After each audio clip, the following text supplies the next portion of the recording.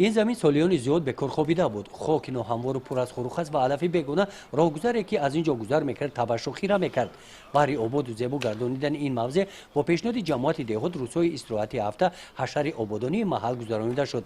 این اقدام را ساکنان دهه واسی آباد با خوشنودی قبول کردند.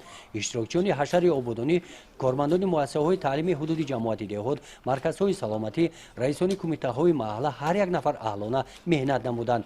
خار و خس بیگانه را از زمین کنده دور کردند.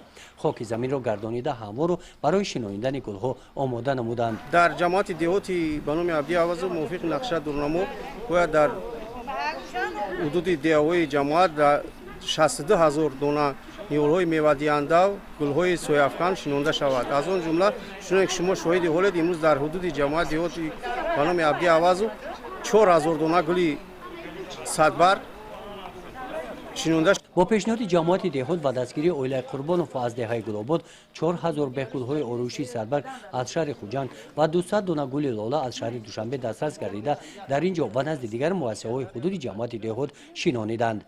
طبق نقشه جماعت دهات در این روز حشرهای آبادانی محل در حدود جماعت دهات گذرانیده شده. در سند حولیه‌های منزل‌های استقامتی ساکنان همین گونه گل‌ها شنانیده شدند. گزارش خوجا نظریف، خدای نظر ظهوروف از ناحیه واسه برای برنامه اطلاعاتی نوید.